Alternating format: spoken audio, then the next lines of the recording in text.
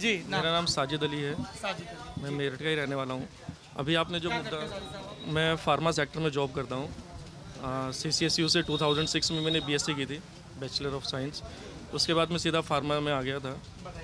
पिछले 2 साल से क्राइसिस भी झेल रहे हैं हम लोग, जॉब चली गई हैं, कम नौकरी चली गई हैं। मैं जनसंख्या पे ये बोलना चाहता हूँ कि आई एम ए मुस्लिम, ठीक है। मैं अगर अपनी फैमिली बैकग्राउंड की बात करूँ, मेरे पापा 3 भाई हैं। सर 1 मिनट सुनेंगे। मेरे पापा 3 भाई हैं। मेरे पापा गांव में मजदूरी करते थे, ठीक है। मेरे छोटे वाले चाचा जो हैं वो रिटायर हैं सिग्नल से, आर्मी से। जो सबसे छोटे चाचा हैं वो JCO हैं आर्मी में, सिक्किम में। हमारे 3 भाइयों की हम 6 औलाद हैं, 2 बच्चे हैं। मेरी शादी 2009 में हुई थी और मेरे भी 2 बच्चे हैं। मेरी बेटी 9 साल की है, बेटा 5 साल का है। तो अगर ये जनसंख्या कानून लगता है, मैं बहुत खुश हूँ इससे। खुश क्यों? क्योंकि मैं इसी मुद्दे पे आपसे बात करना चाह रहा था। अभी सारी चीज़ें बंद हो गई हैं, बहुत सेंसिटिव मुद्दा है। सेंसिटिव नहीं कहूँगा, एक समझदारी वाला मुद्दा कहूँगा। सारी चीज़ें बंद हो गई हैं, लोगों के पास इनकम सोर्स ख़त्म हो गए हैं, लेकिन उसके बावजूद बच्चों की पढ़ाइयाँ चल रही हैं, ऑनलाइन चल रही हैं। ऑनलाइन के लिए मेरे को उनको नेट भी देना पड़ता है, ऑनलाइन के लिए मेरे को उनको टैब भी देना पड़ता है, मेरे को उनको मोबाइल भी देना पड़ता है। बावजूद उसके वो नहीं पढ़ रहे हैं। किसी का बच्चा नहीं पढ़ रहा है, वो सिर्फ टाइम पास करता है यूट्यूब के ऊपर। ये जनसंख्या से मिक्स करके सर मैं आपको बात बता रहा हूँ, सिर्फ यूट्यूब के ऊपर टाइम वेस्ट करता है। बावजूद उसके रोज़ स्कूल से फ़ोन आते हैं कि आपको फ़ीस जमा करनी है। फ़ीस जितनी थी उतनी ही जमा करनी है, 1 रुपये का उसमें कहीं से कहीं तक कोई डिस्काउंट नहीं है। जब मैं एक जॉब पे होने के बावजूद, हालांकि अभी मेरी जॉब नहीं है, मैं जॉब सर्च कर रहा हूँ, एक जॉब पर होने के बावजूद मैं अपने 2 बच्चों की शिक्षा सही से नहीं कर पा रहा हूँ, जो कि मैं नहीं कर पा रहा हूँ। तो मुझे क्या हक है कि मैं 10 बच्चे पैदा करूँ? मुझे कोई हक नहीं है 10 बच्चे पैदा करने का।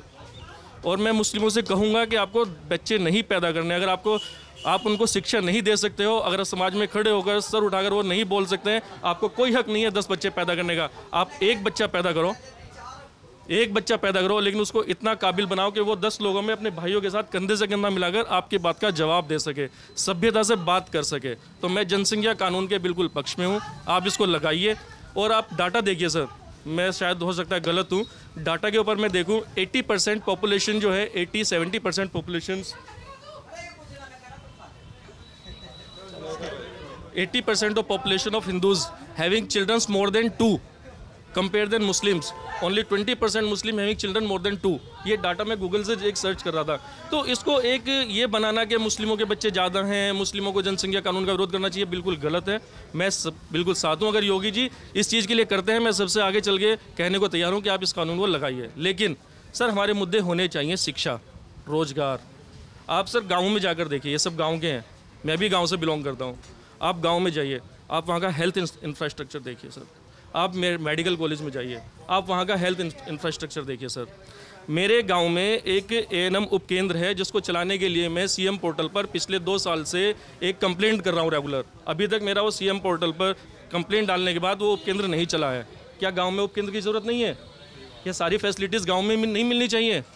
उसके बावजूद मैं कोविड की लेटेस्ट बात आपको बताता हूँ। एक टीकाकरण हुआ था आपसे 4 महीने पहले कोविड का। मैंने CM ऑफिस में कम से कम 5 कंप्लेंट दिया, तब जाके सैटरडे में एक टीकाकरण हुआ है कोविड का। क्या गांव के लोगों को कोविड नहीं होगा? होगा ना सर। तो क्या सारी जो राजनीति है सिर्फ हिंदू और मुसलमान पर ही केंद्रित है? सर मैं अकेला मुस्लिम है बैठा, मुझसे तो किसी ने बदतमीजी नहीं की है। मुझसे सब, मैं अभी बड़े भाई चले गए, उनके साथ मैं जिम कॉर्बेट घूमने गया था, उनसे बात करके गया था। तो क्या हर चीज़ का आधार हिंदू मुस्लिम ही है? नहीं है। मैं जहाँ पर नौकरी करता था, एक मुस्लिम की कंपनी थी, ठीक है, और उसमें 95% हिंदूज जॉब करते थे। मैं अकेला मुस्लिम था। लेकिन अभी मैं सर्च कर रहा हूँ, अभी नहीं है नौकरी, मिलेगी अच्छी खासी मिलेगी। लेकिन ये कब तक चलेगा? हिंदू मुस्लिम की राजनीति हमें नहीं करनी चाहिए, बिल्कुल नहीं करनी चाहिए। मैं इसके बिल्कुल विपक्ष में हूँ। साजिद साहब, you are making lot of sense, इसलिए मैं कुछ सवाल आपसे और पूछना चाहूँगा। 2-3 चीज़ें हैं, है ना, उस पर मैं आपकी राय जानना चाहता हूँ।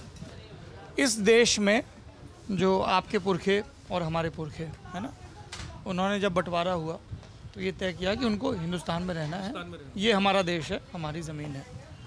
उसके बाद से अगर हम सच्चर कमेटी की रिपोर्ट देखें, है ना, बाकी सब देखें, तो मुस्लिमों की जो स्थिति है, चाहे वो शैक्षणिक स्तर पर हो, आर्थिक स्तर पर हो, है ना, या जो सोशल इंडेक्स हैं पॉपुलेशन समेत, उसमें कमज़ोर रही। आपके हिसाब से लीडरशिप और एजेंडे में कहाँ कमी रही जो उत्थान नहीं हो पाया? लीडरशिप और एजेंडे में सबसे बड़ी कमी रही लीडर की। क्योंकि अगर आप इजाज़त दे तो मैं पिछली सरकार पर भी आता हूँ, सपा पर भी आता हूँ। 68 विधायक सपा सरकार में थे हमारे, मुस्लिम विधायक जो थे 68 थे, शायद मैं गलत हूँ, है ना, 60 होंगे सर, मे भी एक बहुत ज़्यादा पॉलिटिकल नॉलेज नहीं है। किस लीडर ने किस मुस्लिम के लिए क्या किया है सर? ये मेरा सवाल मुस्लिम लीडर से है, चाहे कोई भी हो। मोहम्मद साहब को मैं अच्छी तरह से जानता हूँ, गुलाम मोहम्मद साहब को, अच्छे रिलेशन है उनसे मेरे, मुझे बाई नेम जानते हैं वो। तो सबसे बड़ा सवाल तो उन्हीं लोगों से है कि उन्होंने मुस्लिमों के लिए किया क्या है। मैं तो नहीं मानता उन्होंने कुछ किया है। अगर आपको मुस्लिमों के लिए कुछ करना था तो कम से कम उनको एजुकेशन देनी थी। और ऐसा नहीं है कि मुस्लिम एजुकेटेड नहीं है, एजुकेटेड है, तभी मैं यहाँ पर बैठा हूँ। लेकिन एक बहुत बड़ा तबका जो गांव के अंदर रह रहा है, जो शहर के अंदर भी गांव से बदतर हालत में रह रहा है, जैसे आप जाकिर कॉलोनी में जाकर देखिए, वो सारा का सारा लीडरशिप का दोष है। लीडरशिप सिर्फ तभी तक होती है जब तक उन्हें इलेक्शन जीतना है। इलेक्शन जीतने के बाद में कोई लीडर नहीं है, कोई वोटर नहीं है, कोई मर रहा है मरे, किसी से किसी कोई लेना देना नहीं है। सिलेंडर 890 रुपये का हो गया है, maybe I am wrong, 890 का है। पेट्रोल 99 रुपये का हो गया है। अभी जो बात चली थी गृह युद्ध की, गृह युद्ध हो रहा है बिल्कुल। मेरी वाइफ से मैं लड़ के आया हूँ, वो कहती सिलेंडर नहीं है। मैंने कहा ठीक है, मैं अरेंज करके ला के दूंगा सिलेंडर कहीं से, 890 रुपये का। बिजली का बिल अच्छा खासा आ रहा है, किसी चीज़ में कोई प्रॉब्लम नहीं है, गवर्नमेंट को कहीं से कहीं तक कोई प्रॉब्लम नहीं है। रिवेन्यू जनरेट हो रहे हैं। रिवेन्यू जनरेट नहीं हो रहा है तो एक आम इंसान का नहीं हो रहा है, वो कैसे होगा? एजुकेशन एजुकेशन एजुकेशन सर, मैं 5 साल पहले की बात बताता हूँ आपको। हमारे विधायक साहब गुलाम मोहम्मद साहब से हमने डिस्कस करके बहुत सारी चीज़ें करके गांव में एक स्कूल का निर्माण कराया, जूनियर हाई स्कूल, ठीक है। उसकी बिल्डिंग बन गई, इंफ्रास्ट्रक्चर बन गया, हमने बहुत मेहनत की उसके लिए। हम गए, मैं किसी पार्टी से बिलोंग नहीं करता हूँ। आप बोलो अगर करते भी हो, मैं नहीं करता हूँ, कोई सपा से, कोई रालोद से, कोई कांग्रेस लेकिन से, आपका भी नंबर आएगा भाई साहब, ये मत सोचना कि कांग्रेस का है ना। तो सर वहाँ पर हमने एक स्कूल का निर्माण करवाया, हमने नहीं, मतलब गवर्नमेंट ने करवाया, सपा गवर्नमेंट ने करवाया, सीधा सीधा। वो बहुत पैसा उसके अंदर लगा, लागत मुझे नहीं पता, लेकिन अच्छा पैसा उसके अंदर लगा। सर आप जाकर देखिए, वो खंडर होने की कगार पर है। अगर वो चल जाता, मुझे नहीं पता क्या वजह है, अगर वो चल जाता, क्या वहाँ पे मुस्लिम के बच्चे पढ़ते? नहीं, वहाँ पर सब हिंदू के बच्चे पढ़ते, वहाँ पर क्रिश्चियन भी पढ़ते, वहाँ पर मुस्लिम भी पढ़ते, वहाँ पर हरिजन भी पढ़ते।